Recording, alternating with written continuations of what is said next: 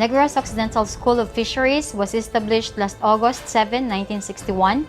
It was integrated to Carlos Hilado Memorial State College with a main campus in Talisay City.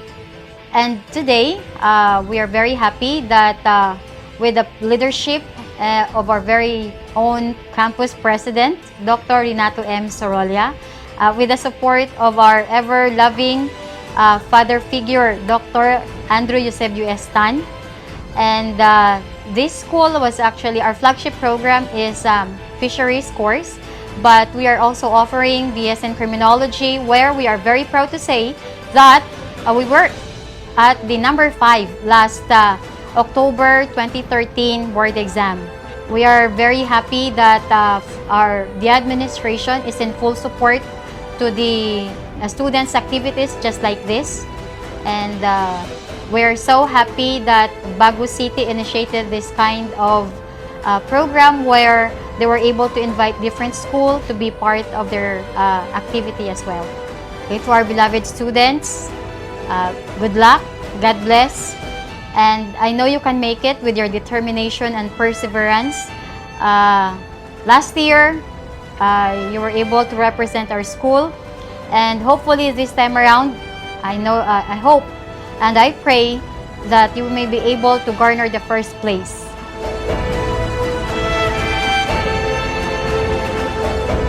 As of the moment,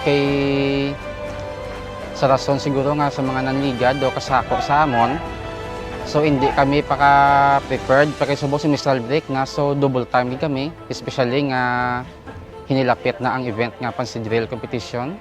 So in terms of preparation, may mga sponsors man kami nga bisag gidadmay lang ga support mo sa amon in terms of vitamins. Ang school very supportive man kay kung gusto akong magabihan ng amon mga pansidrillers, ga provide naman sa amon sang area nga tulugan nila, may mga room man nga para man sila. So this is the second time nga ang amon nga pansidrill team ma-join sa competition. So siguro ang mensahe ko lang sila nga they must do their best, especially nga pride man nila bilang BS Criminology students nga maka-join man, bulig man na sila nga mga extracurricular activities, kag high moral man para sila. They will bring honor not only for themselves but also for the College of Fisheries, the Binalbagan campus. Ang preparation namon subong pansidril sa Bago is ga-practice kami biskan gabi na tungod sa suporta sa amon nga eskwelahan sa LGU, patungod sa amon nga si director nga si Andrew Sibutan na imo gini namon nga makaintra kami subong nga event. Sa amon nga din nga si Roger Mansano, sa amon nga training director nga si Elnoel Hinuba nga palagi untat nga suporta sa amon. Sa tanan nga mga instructor, professors nga ready subong sa amon nga katambong.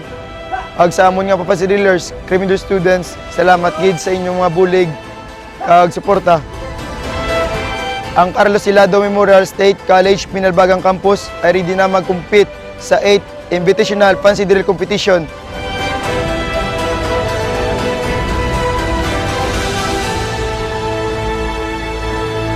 Let's go, Kamse! Let's go, Bago! We came to fight the way! Ladies and gentlemen, I am very proud to present to you the ROTC unit of Carlos Hilado Memorial State College, Binalbagan Campus. A day to remember thousands of honorable lives, beliefs, principles, courage, and bravery of Negrenses. Today is the historical moment for all Negrenses and of course to all Filipinos that in 1989, in accordance with Republic Act 6709, signed by late President Corazon Aquino, was declared as a special non-working holiday in the province. We are celebrating el 5 de Noviembre to commemorate and give honor to Negrenses uprising against the colonizers on November 5, 1898. The uprising led to the surrender of the Spanish troops in the province and the establishment of the short-lived cantonal government of Negros Occidental and Oriental. General Juan Araneta led his troops from Bago, while General Anicito Lacson led his troops from Silay, who mostly were sugarcane workers. they marched towards Bacolod armed only with farm implements. The revolutionaries augmented their lightly armed men with fake arms consisting of rifles carved out of palm fronds and cannons of rolled bamboo mats painted black. And at this moment, Sit back and relax as we proudly present to you the KMC Pride, giving you the heartbreaking fancy drill performance.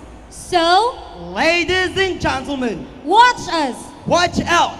Watch the KMC criminology make their own history!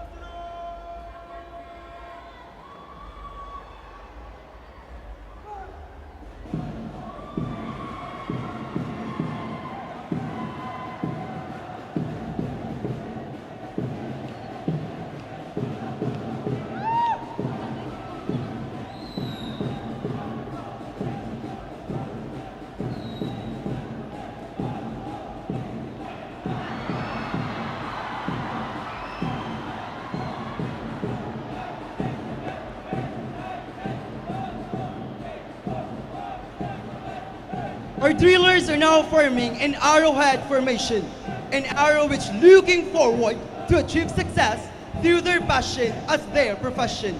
Together with it, they run salute to our honored officials. Salute is a sign of respect in the military courtesy. The KMC Criminology also rendered their salute to all heroes who have shown leadership, strength, and courage against foreign colonizers.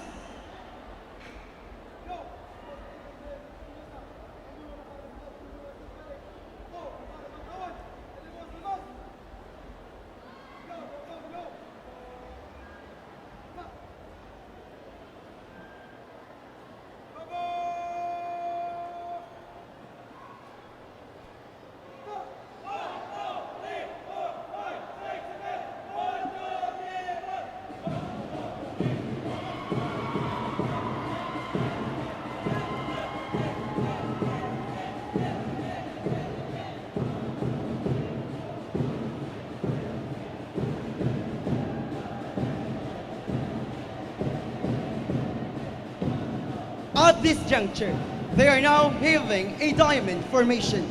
Indeed, diamonds themselves are a symbol of clarity, wisdom, and an indicative of the journey of ours, as we are achieving higher understanding. KMC Criminology is very determined in the journey of theirs towards achieving wisdom and higher understanding. It also symbolizes that they are brilliant in everything that makes them to stand out.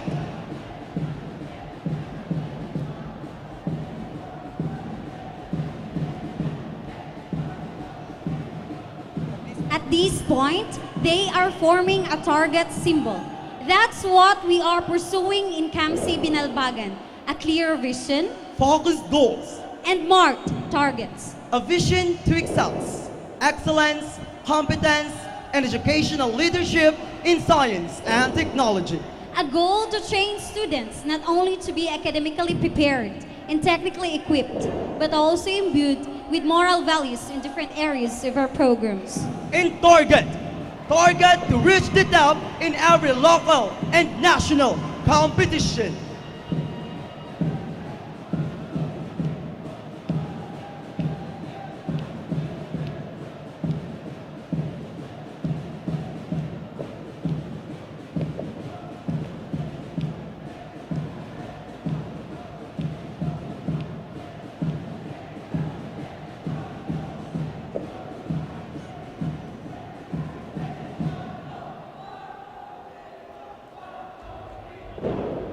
At this moment, they are now forming a four-letter word, C-R-I-M,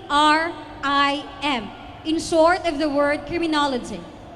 They are one of the KMC Binalbagan prides, not because they are masculine enough, but because they put our campus to the 5th place last 2013 National Criminology Licensure Examination, and still aiming to be top to the said examination.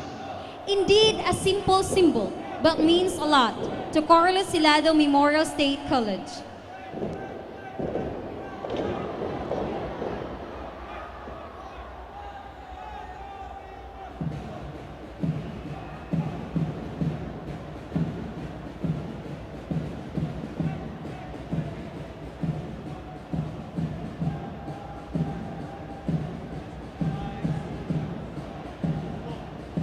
CAMC Criminology, showing the 5 pillars of criminal justice system: The community, courts, law enforcement, prosecution, and corrections. It functions like a chain of links. Any weakness in any of these links breaks the chain. Resulting to a breakdown of the system, inordinate delay in the proceedings, acquittal of the guilty, and conviction of the innocent.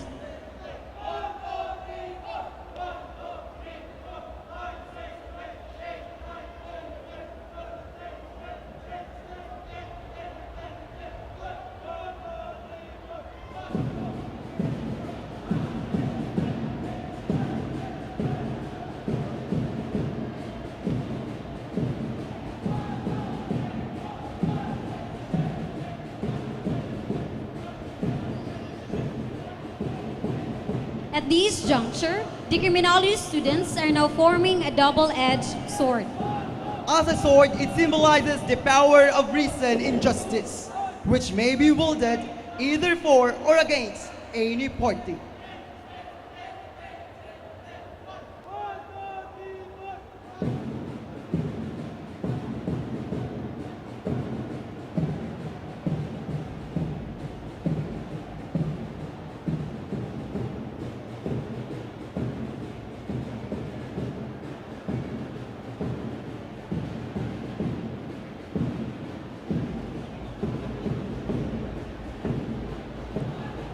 And now, a balance scale, a symbol of weighing of cases, strengths, and opposition.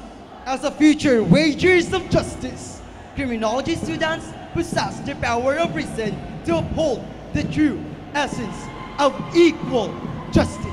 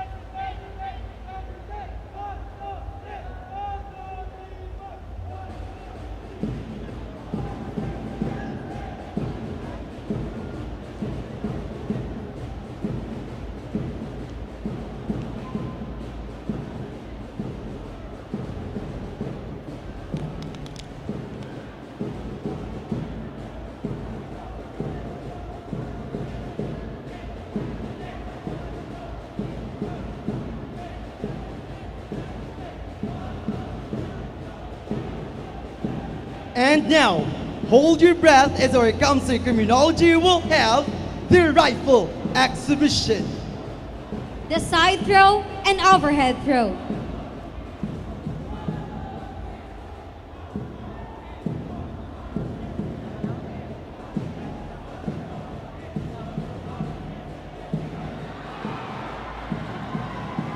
It symbolizes that they are ready and prepared to take risk in everything they do to make us be proud of them.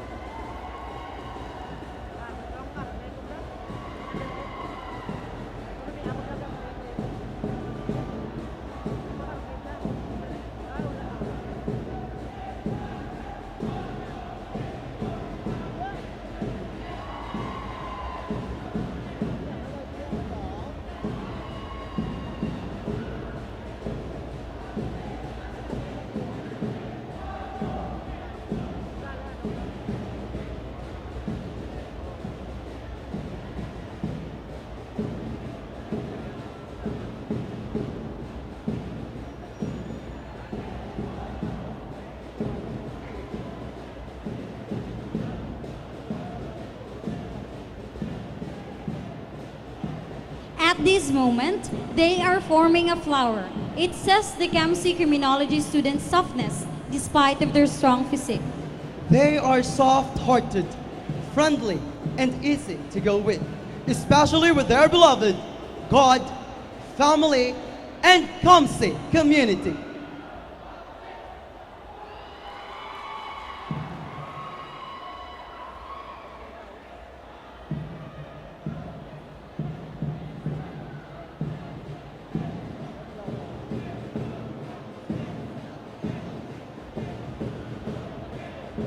And the last but not the least is the headset formation. Different opinions and ideas, problems, trials and tribulations divide people, but because of understanding, oneness revealed. CAMC Criminology students, even in the midst of rupture, are one, for they believe and uphold the saying, One for all and all for one. And it's also a sign that they are now ready for the next challenge of this competition. Ladies and gentlemen, Let us witness the CAMC Criminology in their intermission number. let's give them a resounding applause.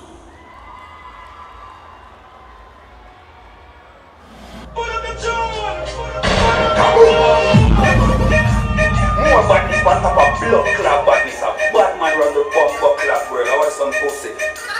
This is the story about the man called the Ganja Man. A long story about the biggest man from Azkaban. He take you with ya, he come not with ya. Bang this motherfucker London to Jamaica.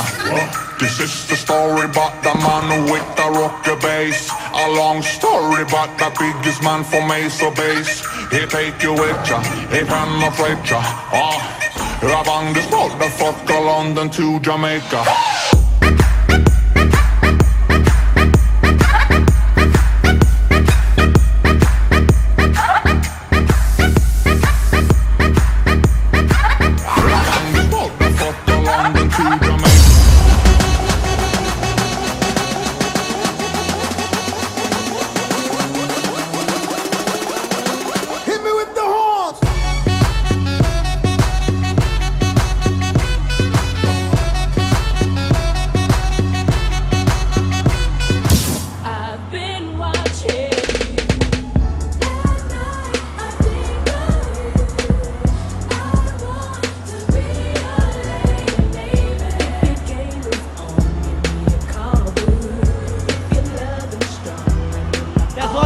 We're not just only talented, but also entertaining and hot.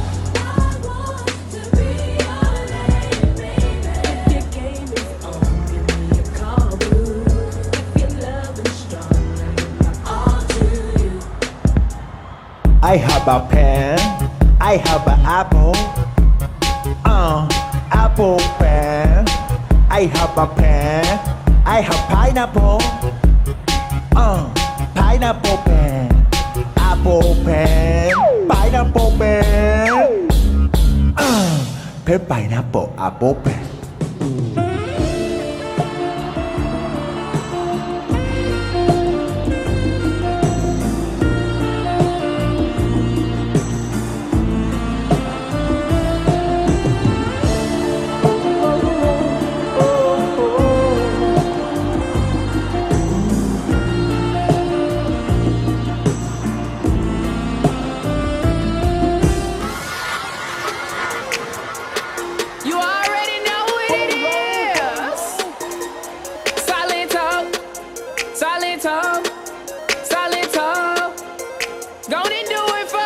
Now watch me whip, kill it. Now watch me nay nay. Okay. Now watch me whip, whip. Watch me nay nay. Why me do it? Now watch me whip, kill it. Watch me nay nay. Okay. Now watch me whip, whip. Watch me nay nay. Shotgun gun!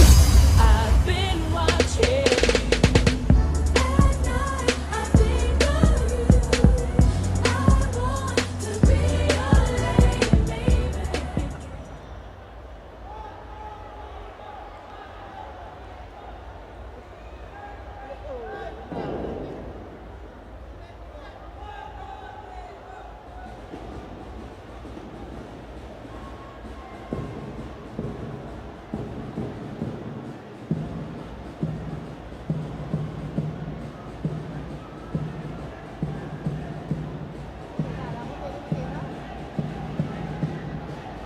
to our Lord God, law enforcers, conscience, bagunhon. competitors, ladies and gentlemen, thank you for watching.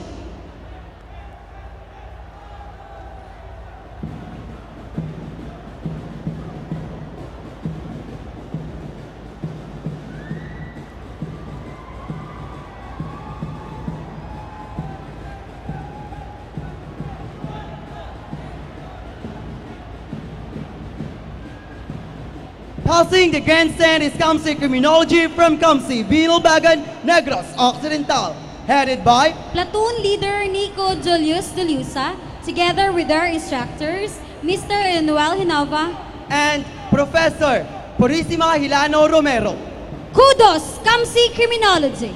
Viva Bago City! Mabuhay ang 5 de Noviembre! This is your speakers. I'm Ryan Hirona Plazuela. And Afen Encarnacion de la Cruz, Signing off. At this point, ladies and gentlemen, let's give due recognition to our commandant and facilitator, of which they give sacrifices to these young men and women during their practice, and of course, this presentation today. And of course, I could relate on their situation because I was once a commandant at the time. So without counting their cost in time, effort in doing their part as commandant and facilitator in giving the right courtesy and discipline to these young men and women. So to do the honor in giving the tokens to our commandant, may I request our First Lady, Mrs. Jean-Louis Yulo, together with Mrs. Crestel Torres. For Bacolod City National High School, may I request the Commandant, Mr. Ramon Arenas.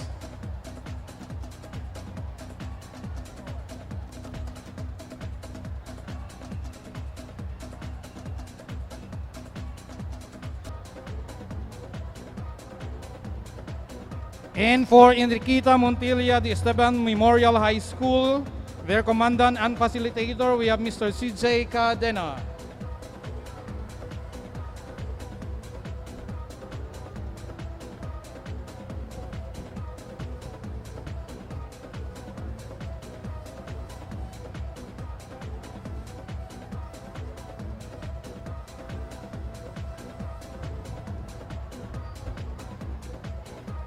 For the STI West Negros University, may I request their commandant, Dr. Ray T.S. Labon, to receive the token from our city government of Bago.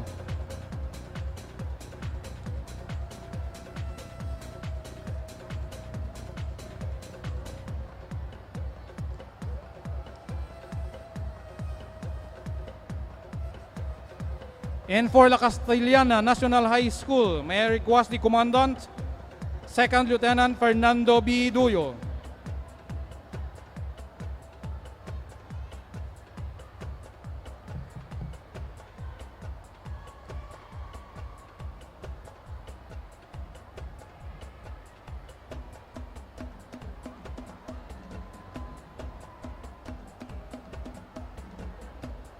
For Negros Occidental High School, may I request the Commandant and the Facilitator, Mr. Joseph Andro Agbay.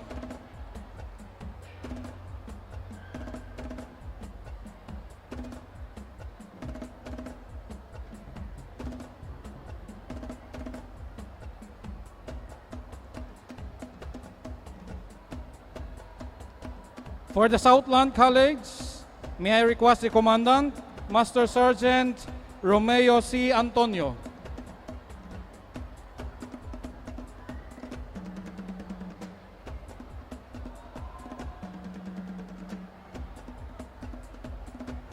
And also for the Colegio de Santa Ana de Victorias, Commandant and Facilitator, we have Major Michael N.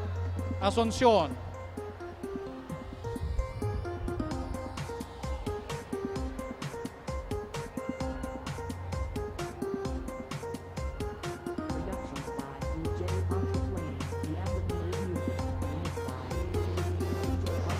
Any representative from Colegio de Santa Ana? Commandant?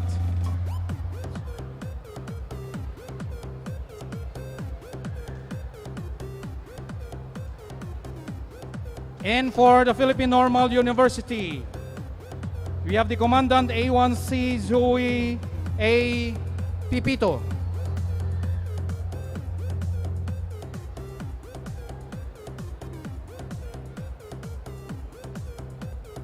And for Carlos Hilado Memorial State College of Binalbagan, their Commandant and Facilitator, we have Mr. Elimuel Hinova.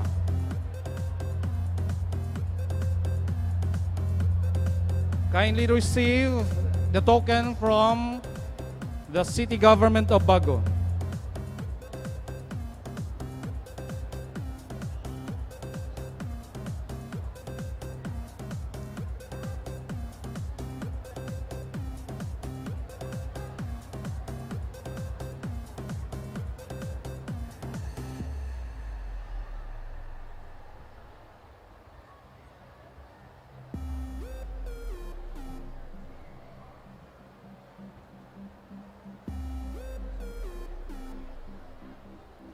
Thank you so much, Commandants, and thank you so much.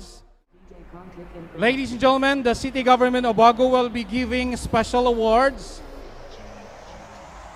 for our winners and for our participating schools. We have most discipline, 3,000 pesos plus a plaque. Best in uniform, 3,000 pesos and a plaque. For best platoon leader, he or she will be receiving 3,000 pesos and a plaque. For the best in street performance, and they will be receiving 3,000 pesos and a plaque. For the best in production number, 3,000 pesos and a plaque. And best in narration, 3,000 pesos and a plaque. And for the major prize and for the major awards, we have third place, the winner will be receiving 10,000 pesos plus plaque and a trophy. For the second placer, they will be receiving 15,000 pesos, a plaque and a trophy. And for the champion of our 8th Invitational Fancy Drill, the group or the performing school will be receiving 20,000 pesos, plaque and a trophy.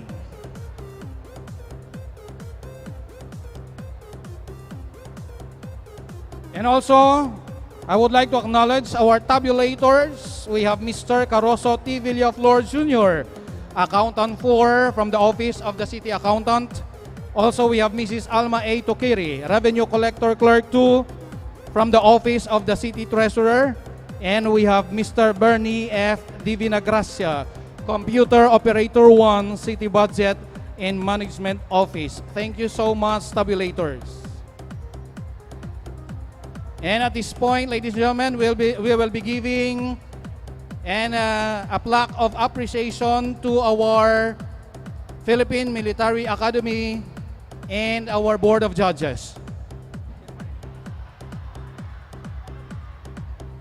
And to do the honor in giving the certificate of appreciation, may I request again our three gentlemen here on stage, the Honorable Councilor Andrew Martin Torres, the Honorable Councilor Joseph Mark Somso, and the Honorable City Councilor Danilo Famoso, sir.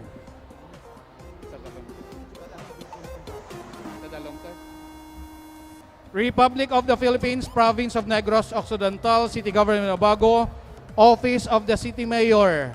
This certificate of appreciation is hereby given to Lieutenant Colonel Reynaldo B. Balido Jr., Philippine Army, for his invaluable service as adjudicator to the 8th Bago City Invitational Fancy Drill Competition held on November 5, 2016 at the Manuel Y. Torres Memorial Coliseum Cultural Center in the celebration of the 118th Al CINCO de Noviembre Fiesta, given this 5th day of November 2016 at Bago City, Negros Occidental, Philippines.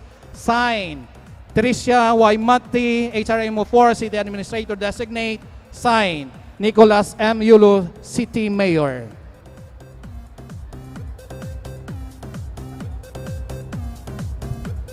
Same certificate of appreciation is hereby given to Lieutenant Colonel Alan M. Margarata, Philippine Army, sir.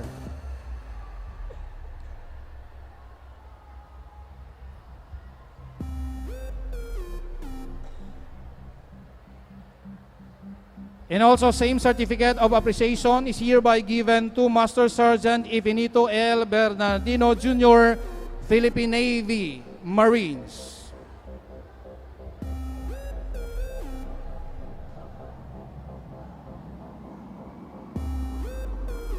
This is DJ Contic. And also, same certificate of appreciation is hereby given to Technical Sergeant Roldan Garcia, Philippine Navy, Marines.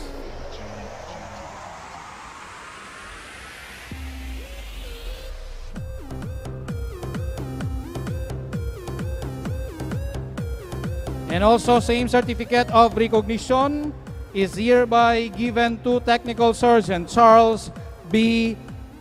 Bumanglag. Sir.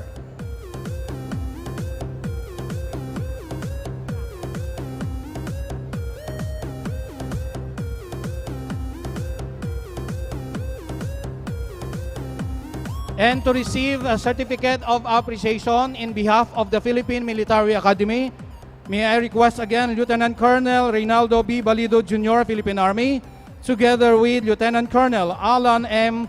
Margarata, Philippine Army.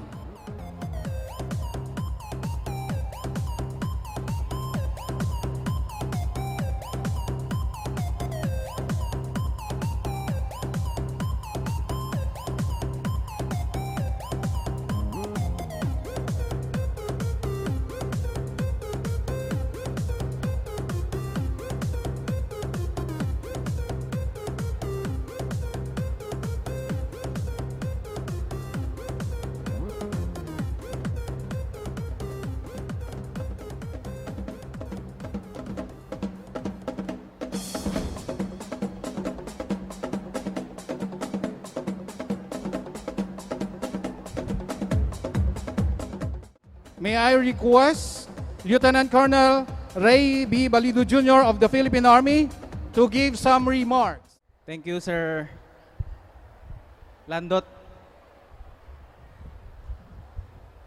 The Mayor was here kanina, si Vice Mayor nandito rin. Unfortunately, wala na yata sila. So to the councilors present, and of course to Miss Cristel Torres, to the chair of the Fancy Drill Invitational Competition, Miss Tricia, and our energetic Master of Ceremonies, Sir Landot, to the school heads, school principals, coaches of the participating schools. Of course, I would like to acknowledge my former colleagues from the Office of Civil Defense, Engineer Paul Nogra and Alet. Mga kauturan kag mga kabyanan, mayong hapon or mayong gabi sa atong tanan. At the outset, allow me to express our gratitude in behalf of the Superintendent of the Philippine Military Academy, Major General Donato B. San Juan II, and of course the Team PMA, to the City Government of Bago for once again inviting us to be part of the celebration of this year's CINCO de Noviembre as your judges to your Fancy Drill competition. Since the inception of this fast-growing and expanding annual competition in 2009, you have produced the best and snappiest fancy drillers in the province. We at PMA are very fortunate to be part of your continuous search, particularly for the past 4 years, or already 5 years including this year, for entrusting the judging to us from PMA. In those 5 years, we are a witness to the growing passion and enthusiasm of the Negrense youth in Fancy Drill. And proof of this is the participation of 4 new schools. So we have Southland College, La Castella National High School, Colegio de San Juan School, Colegio de Santa Ana Victorias, and Philippine Normal College. So the organizers as well are not running out of new concepts for they have introduced the Battle of the Champions last year. And truly, the city has gone a long way in your search for the best fancy drillers in the province of Negros Occidental. And this is just a fitting event to commemorate the liberation of Negros Island from Spanish control 118 years ago. A fitting event that displays the patriotism and bravery that run in the veins of our forefathers and continues to flow in the blood of our current generation. If the city of Bago is continuous in its search for the best and snappiest fancy drillers, we at the Philippine Military Academy is also in search for the best, the brightest, and the fittest of our youth to join PMA. So I will not let this opportunity pass without inviting our youth, especially our fancy drillers, to take the PMA challenge, be a PMA cadet, and get the chance to join the noble profession of arms. And to know more about PMA, I would like you to watch the video.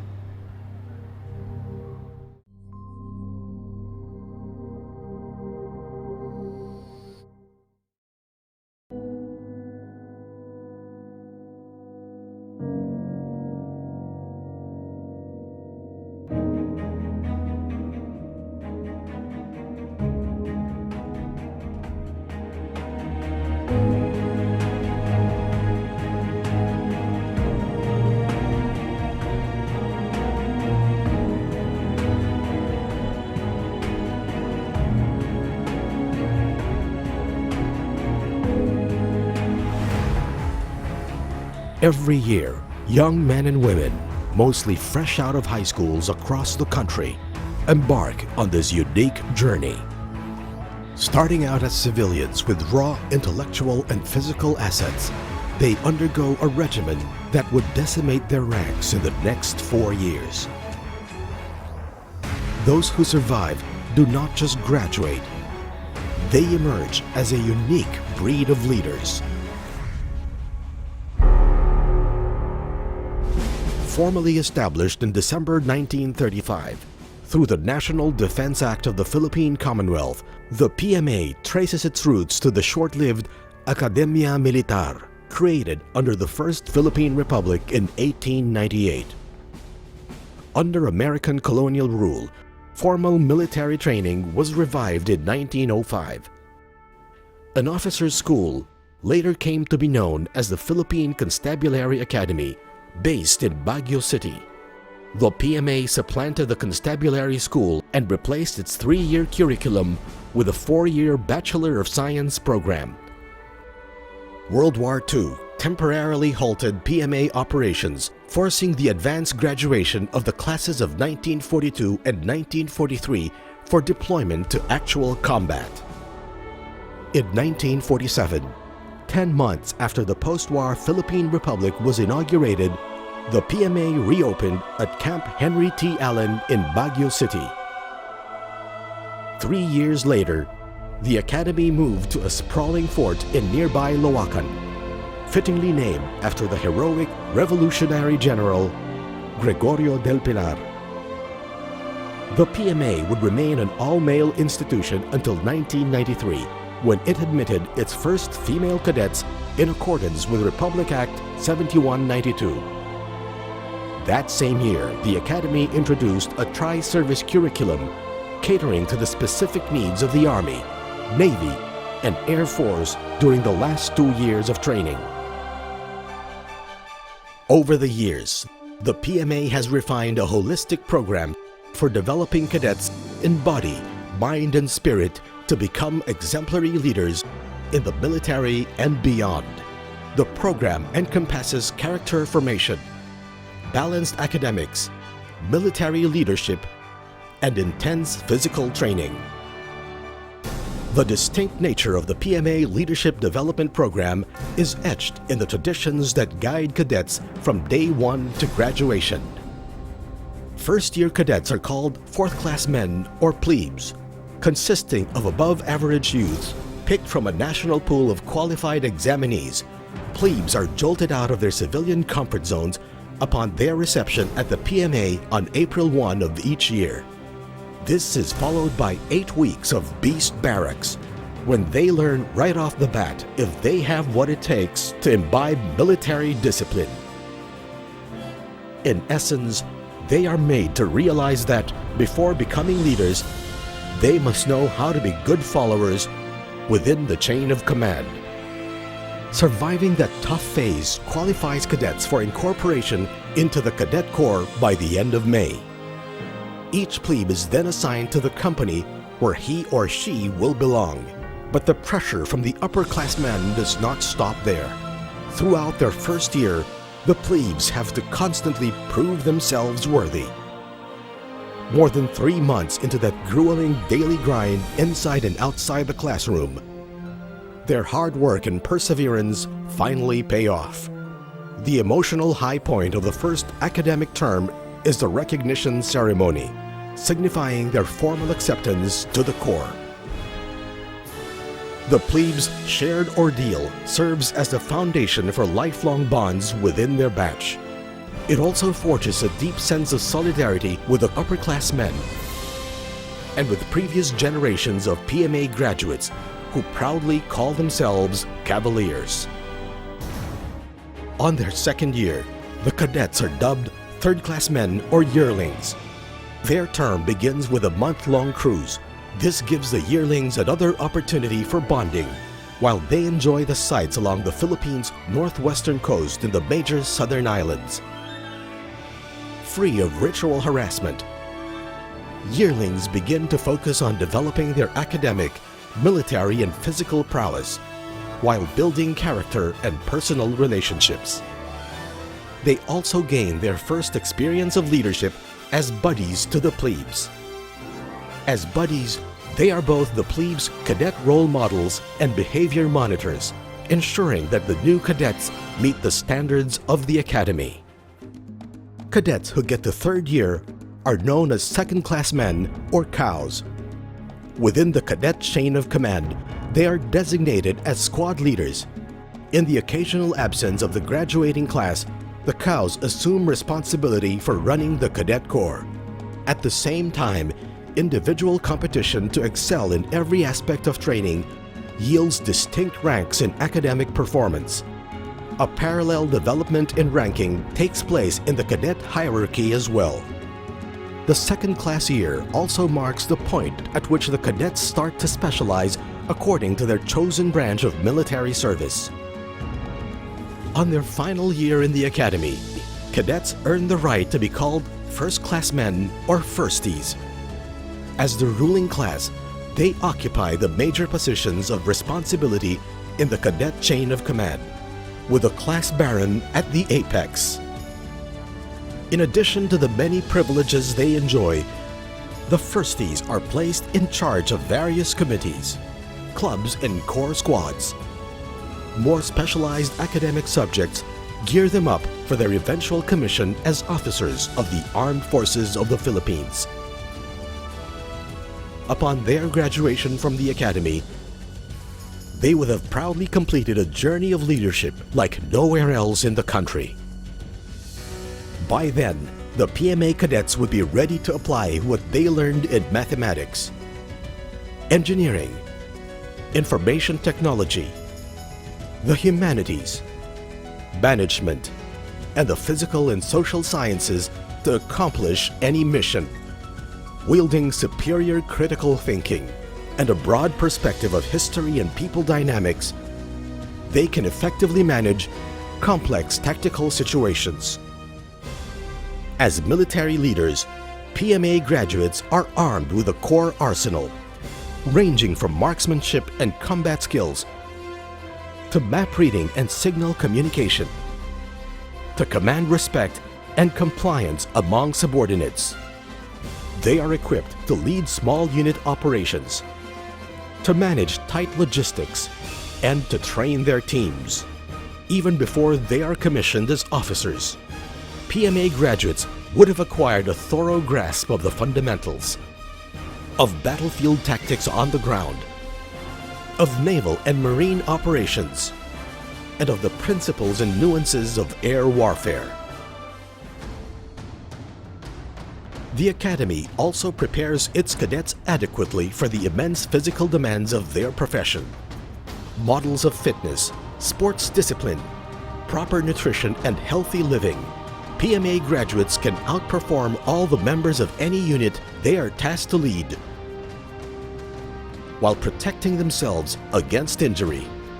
This sense of well-being is fortified by a whole slew of extracurricular activities that include literary writing, journalism, debate, theater, cadet combo, various clubs, and religious organizations. Given this intensive, well-rounded training conducted by a top-notch faculty and backed up by dedicated service support across the Academy's diverse and excellent facilities,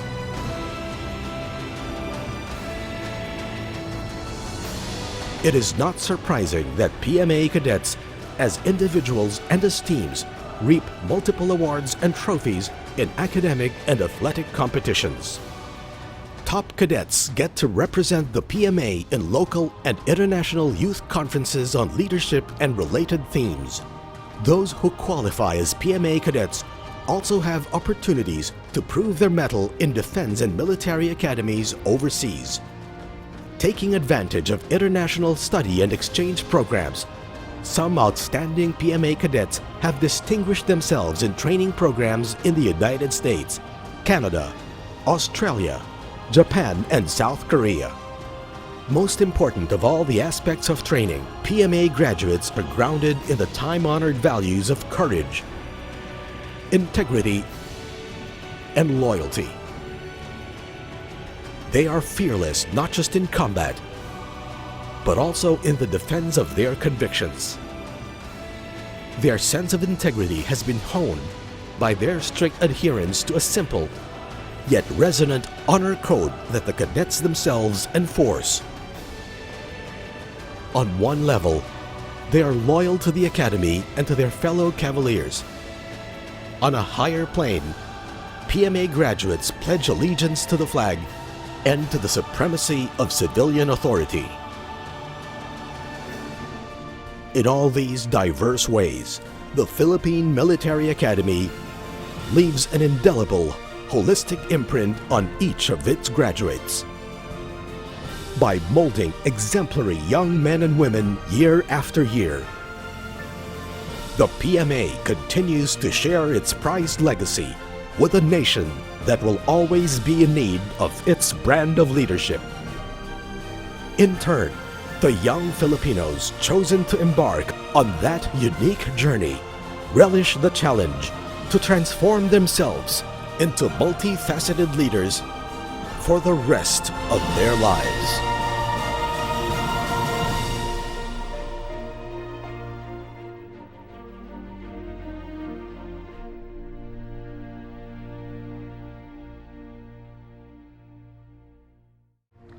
Medyo mahaba po, pero that in a nutshell is the journey of transformation a youth will go through once he enters PMA and becomes a PMA cadet. So for more information, we have distributed posters sa mga participating schools, and we will also leave some copies of our posters dito sa City Mayor's Office para doon sa mga magtatanong pa. So going back to our event this afternoon, I know that all are excited to hear the results of the competition. To all the participating schools, their principals and their coaches, and of course the participants, congratulations for coming up with a splendid performance. By your mere participation, especially to those first-timers, you are already winners. So to the city government of Bago, headed by the Honorable Mayor Nicolas Yulo, I commend all of you for coming up with this fancy drill competition. To my knowledge, this is the only fancy drill competition in the country today. And because of this, our youth have grown to love fancy drill. I hope that they will continue to love it even more the next time I see them, once they take the PMA challenge and hopefully become cadets of PMA. As I mentioned last year, during the 7th Fancy Drill competition, PMA will always be in support, not only in judging this competition, but also with other endeavors of mutual concern in any way we can. So in closing, I would like to share the thought of a famous Hollywood star about competing that our contestants can ponder on. And I quote, "I am not in competition with anybody but myself. My goal is to beat my last performance, unquote. So sa liwat, mayong hapon sa atong tanan, kag magdamo gid nga salamat. Ladies and gentlemen, our first special award is Best in Production Number. The Best in Production Number, of which the winner will be receiving 3,000 pesos plus a plaque. Best in Production Number goes to performer number 1.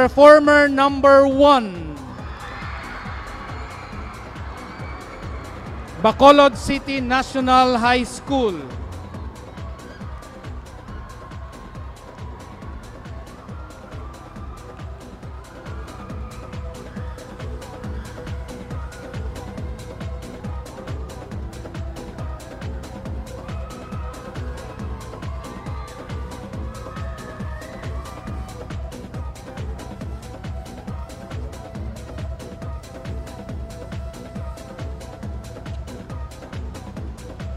Congratulations, performer number 1 from Bacolod City National High School, Best in Production Number. And another special award is Best in Narration. Best in Narration goes to performer number 3 from the STI West Negros University. Best in Narration, performer number 3, STI West Negros University.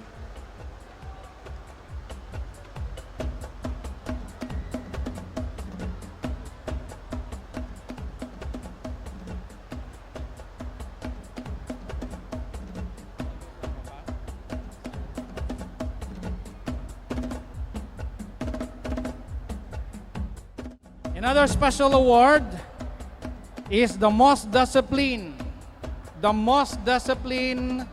performer. So they will be receiving a cash prize of 3,000 pesos and a plaque. Ladies and gentlemen, our most disciplined unit goes to performer number 5 from the Negros Occidental High School.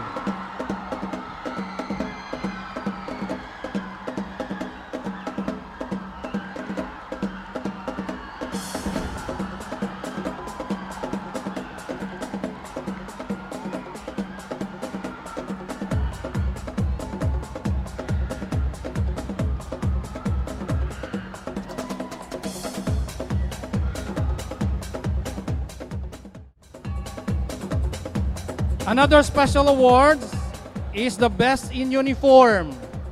The Best in Uniform platoon will be receiving 3,000 pesos, of course, and a plaque from the City Government of Bago. Best in Uniform goes to performer number 5 of the Negros Occidental High School.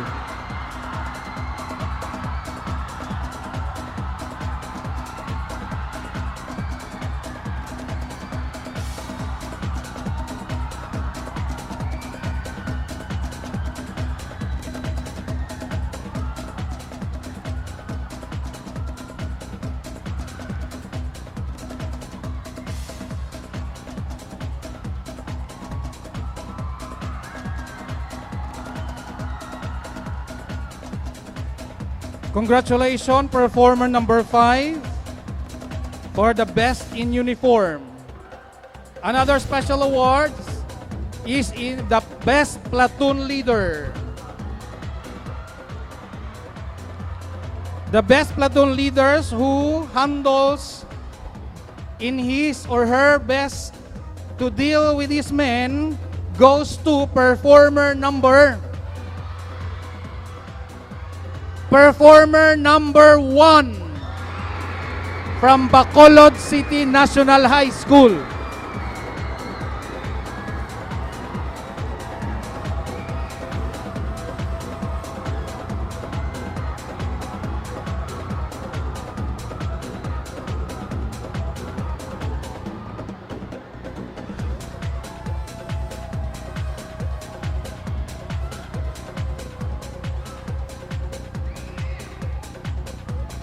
Congratulations, Best Platoon Leader from Bacolod City National High School.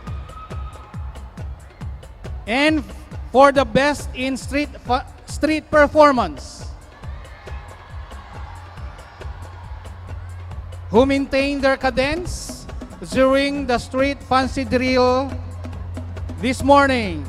Ladies and gentlemen, the best in street performance goes to performer number 2, Enriqueta Montilla de Esteban Memorial High School.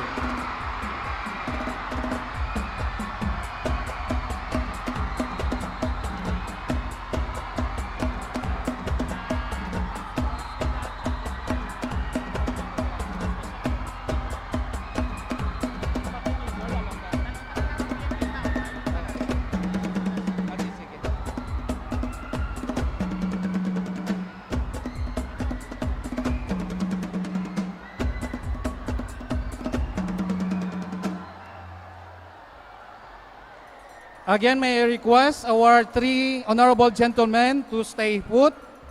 And I would like to request our gentlemen from the Philippine Military Academy to join our honorable gentlemen downstage to do the honor in giving the major awards.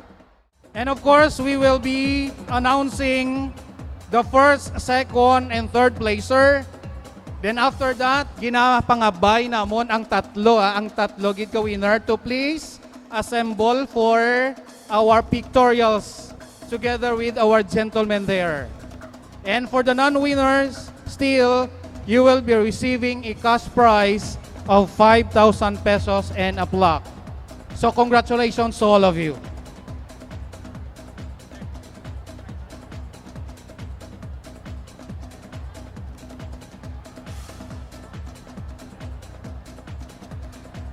Ladies and gentlemen, our third placer on our 8th Fancy Drill Competition in line with the celebration of the 118 Al 5 de Noviembre of Bago City, garnering the average score of 91.98%. Ladies and gentlemen, our third place goes to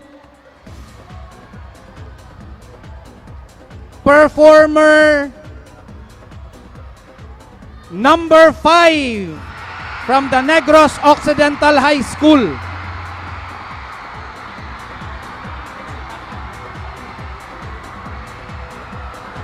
I would like to request the Commandant and the Principal to receive the awards. And the third placer will be receiving 10,000 pesos, a plaque, and a trophy.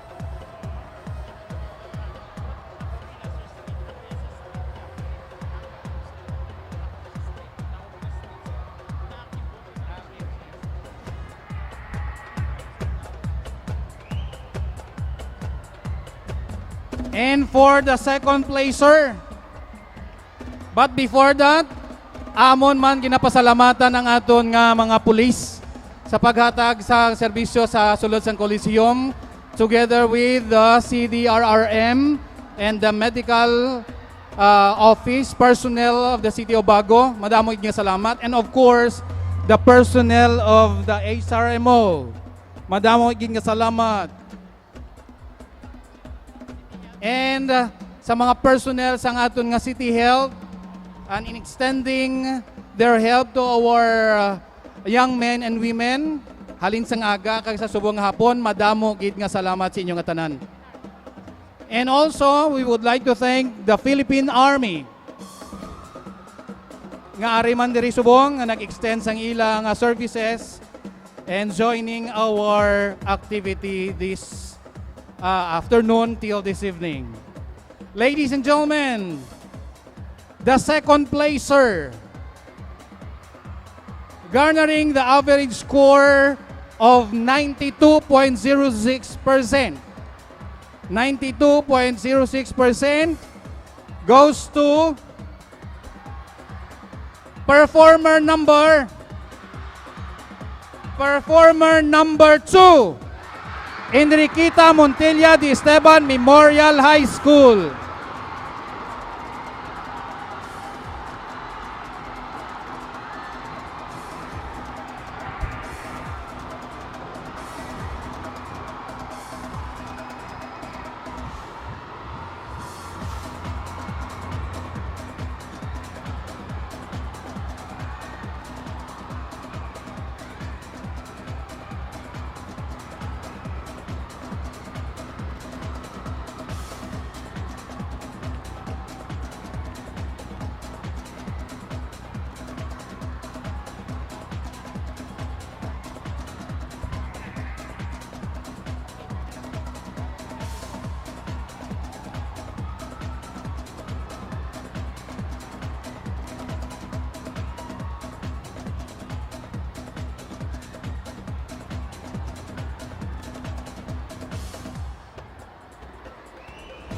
Congratulations to our second placer, the MMs.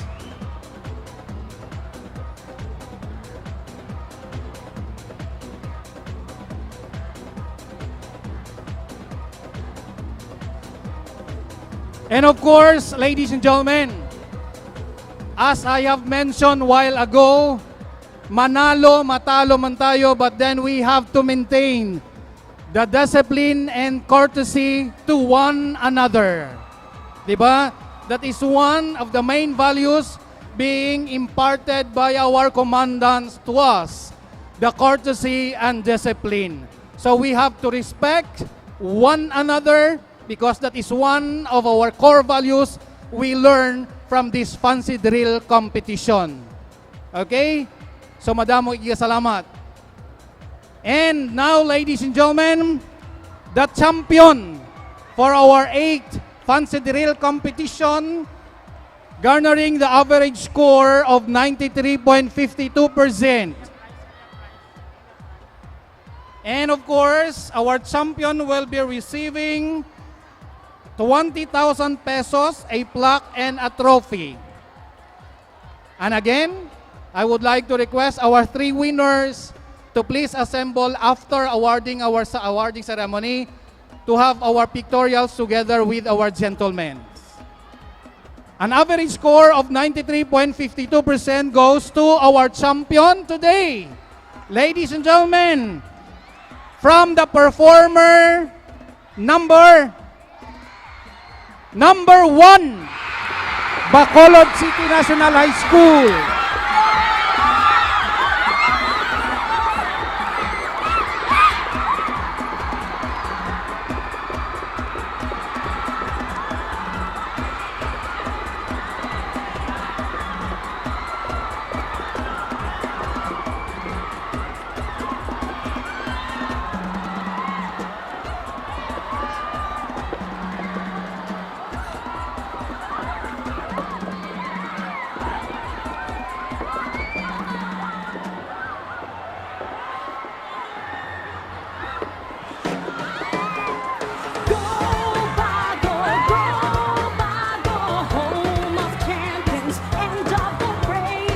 Okay, so our top 3, please assemble for our pictorials together with our gentlemen.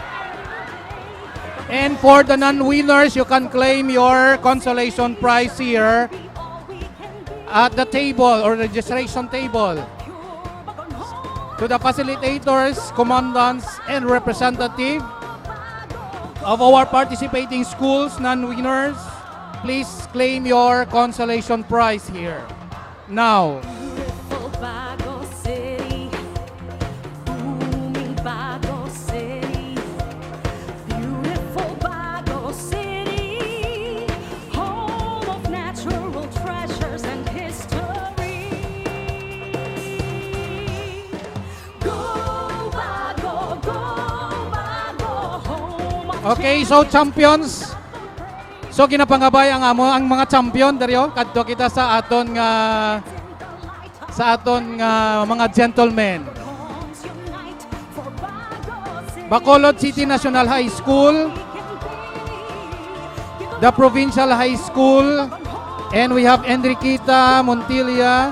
Please assemble and we will have our pictorials together with our gentlemen.